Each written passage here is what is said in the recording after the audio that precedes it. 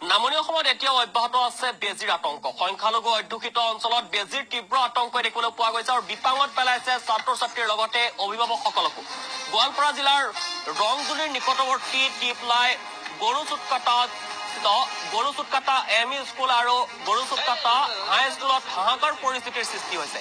বেজীৰ ভয়ত ছাত্ৰ ছাত্ৰীয়ে মাৰাথন দৌৰ দিয়া দেখিবলৈ পোৱা গৈছে আৰু অধিকাংশ বিদ্যালয়তে এতিয়া ছাত্ৰ ছাত্ৰীৰ উপস্থিতি কেনেঙা দেখিবলৈ পোৱা গৈছে। বিপাঙত পৰিছে এতিয়া শিক্ষক শিক্ষয়িত্ৰীসকলো, যিহেতু বৰ্তমান সময়ত এয়া দেখিবলৈ পোৱা গৈছে এনেদৰে এতিয়া ছাত্ৰ ছাত্ৰীসকলে বেজীৰ আতংকত এনেদৰে বিদ্যালয়ৰ পৰা পলায়ন কৰা এই দৃশ্য দেখিবলৈ পাইছে। কেনেদৰে ৱাল পাৰ হৈ তেওঁলোকে দৌৰিছে। বেজীৰ আতংকত এয়া দেখিবলৈ পোৱা গৈছে। নামনি অসমৰ বিভিন্ন বিদ্যালয়ত এই পৰিস্থিতি দেখিবলৈ পোৱা গৈছে। এনেদৰে এতিয়া ছাত্ৰ ছাত্ৰীসকলে বিদ্যালয়ৰ পৰা বেজীৰ আতংকত দেখিবলৈ পোৱা গৈছে। বেজীৰ আতংকত দৌৰি পলাইছে ঘৰলৈ। কিন্তু বৰ্তমান সময়ত ৰাজ্য চৰকাৰে সজাগতামূলক ব্যৱস্থা গ্ৰহণ কৰাৰ আশ্বাস প্ৰদান কৰিছিল যদিও বৰ্তমানলৈকে গ্ৰহণ নকৰাৰ পৰিপ্ৰেক্ষিতত বৰ্তমান সময়ত দেখিবলৈ পোৱা গৈছে ৰাজ্যৰ বিভিন্ন প্ৰান্তৰ লগতে বিশেষকৈ নামনি অসমৰ বিভিন্ন বিদ্যালয়ত এতিয়া চিতাৰ আতংক দেখিবলৈ পোৱা গৈছে। আৰু এই দৃশ্য দেখিবলৈ পাইছে কেনেদৰে বিদ্যালয়ৰ পৰা এতিয়া পলাইছে একাংশ ছাত্ৰ ছাত্ৰী আৰু বিপাঙত পৰিছে এতিয়া শিক্ষক শিক্ষয়িত্ৰীসকলো। এই বেজীৰ আতংকটো কেতিয়াৰ পৰা চলিছে? আজি কেইদিনমানৰ পৰা এইটো আতংক আমাৰ বিদ্যালয়ত চলি আছে।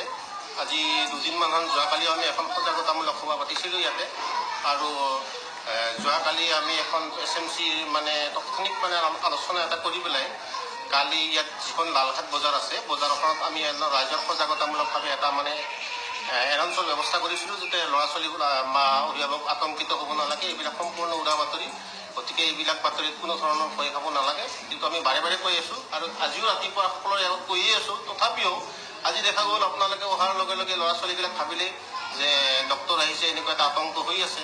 লগে লগে ইয়াৰ পাছত আপোনালোকৰ গাৰ্জেনবিলাকো আহিল, তেওঁলোককো আমি কিছু কথা ক'লোঁ যে এইবিলাক সম্পূৰ্ণ ভিত্তিহীন মিছা কথা।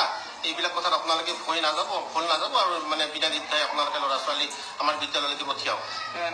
ছাত্ৰ ছাত্ৰী কমকে আহি আছে নেকি? কমকে আহি আছে, যথেষ্ট পৰিমাণে কমকে আহি আছে। ধৰক 3 ভাগৰ 1 ভাগ ল'ৰা ছোৱালী আমাৰ বিদ্যালয়ত বৰ্তমান আপোনাৰ গাড়ী দেখা পালে তেওঁলোকে আতংক হয়। আজি কেইদিনমানৰ পৰা তেওঁলোকৰ অন্তৰত এনেকুৱা এটা ভয় সোমাইছে যেন তেওঁলোকে গাড়ী দেখিলেই ডক্টৰ অহা যেন অনুভৱ হয়। তেওঁলোকে এইটো এটা আতংকত ভুগি আছে।